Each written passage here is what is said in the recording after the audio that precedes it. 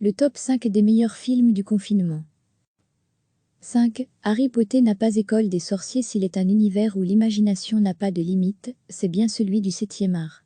Face à la crise sanitaire exceptionnelle que la planète traverse en ce moment, le monde du cinéma a décidé de s'adapter en proposant de nouvelles versions de ses plus grands classiques, mais en mode confinement.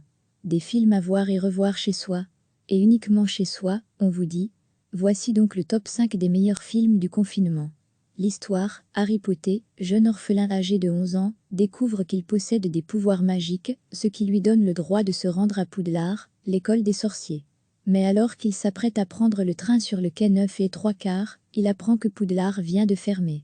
Harry retourne alors chez lui et suit ses cours à distance. Notre avis, une relecture très originale et très différente de la célèbre saga écrite par J.K. Rowling. Dans ce Harry Potter n'a pas école des sorciers, Harry apprend ses leçons grâce à sa chouette Edwige, qui lui livre ses cours à domicile. Et il se fait de temps en temps une petite conversation fastime avec Ron et Hermione. Et à part ça, Ben c'est un peu tout. On s'amusera beaucoup de la présence du géant Agrippe, qui tousse pendant tout le film. Par contre, gros bémol pour le personnage de Voldemort, qui se chope le coronavirus dès le début du film et passe le reste du récit chez lui, à prendre sa température à l'aide de sa baguette magique, qui possède une option thermomètre. Espérons qu'il veillera à bien la désinfecter s'il est appelé à s'en servir contre Harry, dans les prochains épisodes de la saga. L'histoire, Anastasia Steele, jeune étudiante en littérature anglaise, doit intervieweur Christian Grey, un entrepreneur qui a fait fortune dans le commerce de gels hydroalcooliques. Commence alors entre une relation sulfureuse, où Anastasia va très vite découvrir la face sombre de Christian. Il est adepte de BDSM. Notre avis, on ne va pas vous mentir, ce 50 nuances de gel réussit l'exploit d'être encore moins excitant que son modèle d'origine. Dans cette version, Christian et Anastasia passent l'essentiel du film à ne pas se toucher, et se contentent à la place de mimer des scènes de sadomasochisme de loin, ce qui n'apporte que peu de piquant à l'histoire. On frôle même le ridicule quand Christian veut chatouiller le corps d'Anastasia avec une plume, mais en l'accrochant au bout d'une perche télescopique. On aurait pu à la limite sauver la scène où Christian domine Anastasia en lui proposant un flacon de gel hydroalcoolique, avant de lui reprendre, sans qu'elle n'ait eu le temps d'en mettre sur ses mains. Mais là encore, ce moment de tension érotique vire au ridicule, quand Christian veut appliquer lui-même le gel sur ses paumes, mais à 3 mètres de distance. Résultat des courses, il en met partout, sauf sur les mains, en disant « Tu aimes ça, hein, quand je t'asperge ?» Et là, on voit un plan de coupe sur une botte d'asperge. Cela se voudrait suggestif, c'est juste complètement con. L'histoire, Jacques, Pierre et Michel, 3 célibataires endurcis, vivent ensemble dans un appartement au centre de Paris. Un soir, Jacques, pilote de ligne, rentre d'un voyage en Chine avec une vilaine toux. Pierre et Michel vont le confiner dans la salle de bain, et rester eux aussi cloîtrés pendant un long moment. Notre avis, autant le dire, se remarque de 3 hommes, et un coup fin perd en drôlerie, ce qu'ils gagnent en pertinence. Face au virus, les 3 héros du film agissent en effet avec intelligence, en restant sagement chez eux. Mais cette décision plombe un peu l'ensemble de l'action, puisqu'ils refusent d'ouvrir, quand le personnage de Sylvia vient déposer un bébé sur le pas de leur porte. La mère est alors obligée de repartir avec le landau, mettant ainsi fin à toutes les scènes drôles et touchantes qui faisaient le sel du film original. On retiendra néanmoins quelques petits moments amusants, comme cette scène où Pierre et Michel chantent Maman les petits bateaux à travers la porte de la salle de bain pour encourager Jacques à bien se laver les mains. Ou encore cette autre scène où Pierre donne à manger à Jacques en glissant la nourriture sous la porte et où Jacques lui répond qu'il en a marre de se nourrir uniquement de crêpes depuis 10 jours. L'histoire, Harry et Sally viennent de terminer leurs études. Sally décide de retourner sur la côte des États-Unis. Harry veut faire la route avec elle. Mais Sally refuse de le prendre avec elle, par précaution. Toutes ses affaires occupent les sièges à l'arrière, et ce n'est pas possible de rouler en étant assis côte à côte à l'avant. Harry fait alors tout le trajet en bus, en gardant bien ses distances, avec les rares autres passagers. Notre avis, une comédie romantique, où les 2 personnages ne tombent jamais amoureux, vu qu'ils ne passent pas un seul moment ensemble. C'est original. Ça change. De là à dire que c'est prenant, la scène où Sally simule un orgasme dans un restaurant perd un peu de sa force, vu qu'elle fait cela toute seule chez elle, sans que l'on comprenne vraiment pourquoi. L'histoire, doux criminel, condamné à mort ou aux travaux forcés, se voit proposer une mission qui pourrait leur valoir une amnistie s'ils s'en sortent, attaquer un château en France, qui abrite une 30aine de généraux nazis. Mais rien ne va se passer comme prévu, notre avis. Ce remake des 12 salopards commence plutôt bien, puisque chaque salopard a droit à sa propre cellule isolée des autres dans le camp où ils sont détenus. Et chacun est obligé de se laver les mains après chaque sortie dans la cour, en fredonnant oui, ils survivent, pour bien respecter la durée nécessaire de lavage.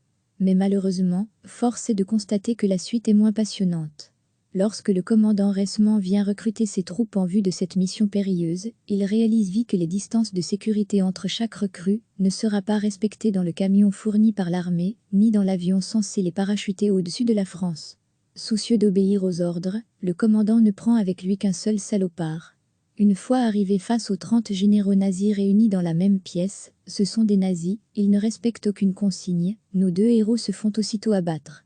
Et comme à cet instant, on n'est qu'à 30 minutes du film, l'heure et demie restante, passée à filmer les douves du château, où batifole un couple de canards, semble définitivement bien longue. On notera que Les Un salopard est un remake de Les Un samouraï, et qu'il a inspiré le célèbre film de confinement de Quentin Tarantino, Inglorious Bastards.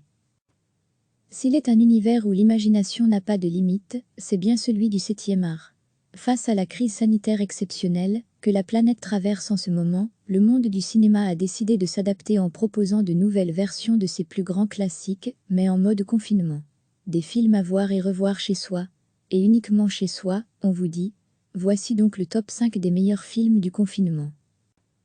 5. Harry Potter n'a pas école des sorciers. L'histoire. Harry Potter, jeune orphelin âgé de 11 ans, découvre qu'il possède des pouvoirs magiques, ce qui lui donne le droit de se rendre à Poudlard, l'école des sorciers. Mais alors qu'il s'apprête à prendre le train sur le quai 9 et 3/4, il apprend que Poudlard vient de fermer. Harry retourne alors chez lui et suit ses cours à distance. Notre avis, une relecture très originale, et très différente de la célèbre saga écrite par J.K. Rowling. Dans ce Harry Potter n'a pas école des sorciers, Harry apprend ses leçons grâce à sa chouette Edwige, qui lui livre ses cours à domicile. Et il se fait de temps en temps une petite conversation fastime avec Ron et Hermione. Et à part ça, Ben c'est un peu tout. On s'amusera beaucoup de la présence du géant Agrippe, qui tousse pendant tout le film. Par contre, gros bémol pour le personnage de Voldemort, qui se chope le coronavirus dès le début du film et passe le reste du récit chez lui, à prendre sa température à l'aide de sa baguette magique, qui possède une option thermomètre. Espérons qu'il veillera à bien la désinfecter s'il est appelé à s'en servir contre Harry, dans les prochains épisodes de la saga.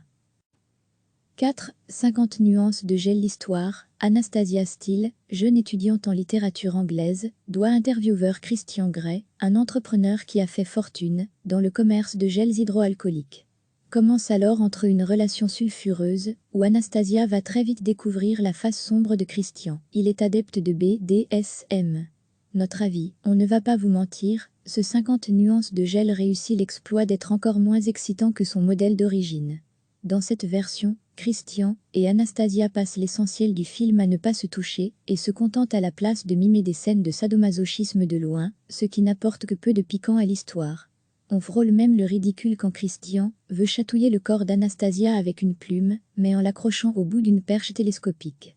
On aurait pu à la limite sauver la scène où Christian domine Anastasia en lui proposant un flacon de gel hydroalcoolique, avant de lui reprendre, sans qu'elle n'ait eu le temps d'en mettre sur ses mains. Mais là encore, ce moment de tension érotique vire au ridicule, quand Christian veut appliquer lui-même le gel sur ses paumes, mais à 3 mètres de distance. Résultat des courses, il en met partout, sauf sur les mains, en disant tu aimes ça, hein, quand je t'asperge, et là, on voit un plan de coupe sur une botte d'asperge. Cela se voudrait suggestif, c'est juste complètement con. 3. 3 hommes et un confiné. L'histoire. Jacques, Pierre et Michel, 3 célibataires endurcis, vivent ensemble dans un appartement au centre de Paris. Un soir, Jacques, pilote de ligne, rentre d'un voyage en Chine avec une vilaine toux. Pierre et Michel vont le confiner dans la salle de bain, et rester eux aussi cloîtrés pendant un long moment. Notre avis, autant le dire, ce remake de 3 hommes, et un coup fin perd en drôlerie, ce qu'il gagne en pertinence. Face au virus, les 3 héros du film agissent en effet avec intelligence, en restant sagement chez eux. Mais cette décision plombe un peu l'ensemble de l'action, puisqu'ils refusent d'ouvrir, quand le personnage de Sylvia vient déposer un bébé sur le pas de leur porte. La mère est alors obligée de repartir avec le landau, mettant ainsi fin à toutes les scènes drôles et touchantes qui faisaient le sel du film original. On retiendra néanmoins quelques petits moments amusants, Comme cette scène où Pierre et Michel chantent Maman les petits bateaux à travers la porte de la salle de bain pour encourager Jacques à bien se laver les mains. Ou encore cette autre scène où Pierre donne à manger à Jacques en glissant la nourriture sous la porte et où Jacques lui répond qu'il en a marre de se nourrir uniquement de crêpes depuis 10 jours. 2. Quand Harry ne rencontre pas Sally. L'histoire, Harry et Sally viennent de terminer leurs études. Sally décide de retourner sur la côte des États-Unis. Harry veut faire la route avec elle. Mais Sally refuse de le prendre avec elle, par précaution. Toutes ses affaires occupent les sièges à l'arrière, et ce n'est pas possible de rouler en étant assis côte à côte à l'avant. Harry fait alors tout le trajet en bus, en gardant bien ses distances, avec les rares autres passagers. Notre avis, une comédie romantique, où les deux personnages ne tombent jamais amoureux, vu qu'ils ne passent pas un seul moment ensemble. C'est original. Ça change. De là à dire que c'est prenant, la scène où Sally simule un orgasme dans un restaurant perd un peu de sa force, vu qu'elle fait cela toute seule chez elle, sans que l'on comprenne vraiment pourquoi. 1. Les un salopard. L'histoire, 12 criminels, condamnés à mort ou aux travaux forcés, se voient proposer une mission qui pourrait leur valoir une amnistie s'ils s'en sortent. Attaquer un château en France, qui abrite une trentaine de généraux nazis. Mais rien ne va se passer comme prévu, notre avis. Ce remake des 12 salopards commence plutôt bien, puisque chaque salopard a droit à sa propre cellule isolée des autres dans le camp où ils sont détenus. Et chacun est obligé de se laver les mains après chaque sortie dans la cour, en fredonnant oui ils survivent, pour bien respecter la durée nécessaire de lavage. Mais malheureusement, force est de constater que la suite est moins passionnante. Lorsque le commandant Resman vient recruter ses troupes en vue de cette mission périlleuse, il réalise vite que les distances de sécurité entre chaque recrue ne sera pas respectée dans le camion fourni par l'armée, ni dans l'avion censé les parachuter au-dessus de la France. Soucieux d'obéir aux ordres, le commandant ne prend avec lui qu'un seul salopard. Une fois arrivé face aux 30 généraux nazis réunis dans la même pièce, ce sont des nazis, ils ne respectent aucune consigne, nos deux héros se font aussitôt abattre. Et comme à cet instant, on n'est qu'à 30 minutes du film, l'heure et demie restante, passée à filmer les douves du château, où batifole un couple de canards, semble définitivement bien longue. On notera que Les un salopard est un remake de Les un samouraï, et qu'il a inspiré le célèbre film de confinement de Quentin Tarantino, Inglorious Bastards. Cliquez sur s'abonner pour recevoir les dernières nouvelles.